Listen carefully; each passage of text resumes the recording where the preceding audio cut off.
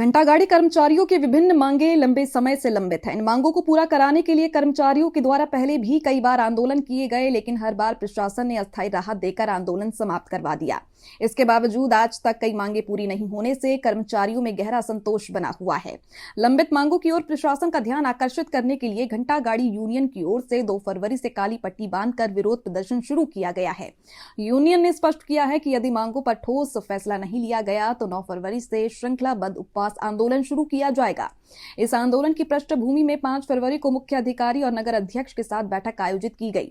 बैठक में घंटागाड़ी यूनियन की ओर से सुधीर कोठारी ने कर्मचारियों की बात मजबूती से रखते हुए लंबित मांगों पर तत्काल फैसले की मांग की। हालांकि बैठक संपन्न हो चुकी है, लेकिन अब तक किसी ठोस समाधान पर सहमति नहीं बन पाई है।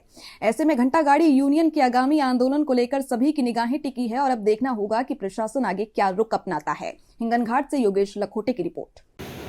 माननीय मुख्याधिकारी साहेब, माननीय नगराध्यक्ष आणि आदरणीय सुधीरजी कोठारी सभापती कृषी उत्पन्न बाजार समिती यांच्यासोबत माननीय मुख्याधिकारी साहेब आणि नगराध्यक्ष यांच्याकडे चर्चा झालेली आहे। त्यांनी सांगितलेलं आहे की बाबा तुमचे पगार आम्ही आज टाकतो आहे आणि उद्यापर्यंत तुमचे पगार आम्ही देण्याच्या तयारीत आहोत, परंतु आमच्याकडे फंड उपलब्ध नसल्यामुळे आम्हाला जशी जशी रक्कम येईल त्या पद्धतीमध्ये तुमचे पगार करतो आहे।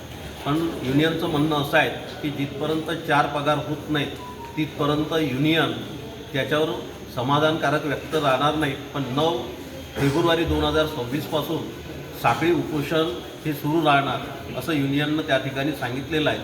पण याच्यातून आम्ही आशावादी आहोत की याच्यातून प्रशासनाने आणि पदाधिकाऱ्याने सामोपचाराने मार्ग काढावा आणि आंदोलन टाळावे ही आमच्या संघटनेची मागणी आहे।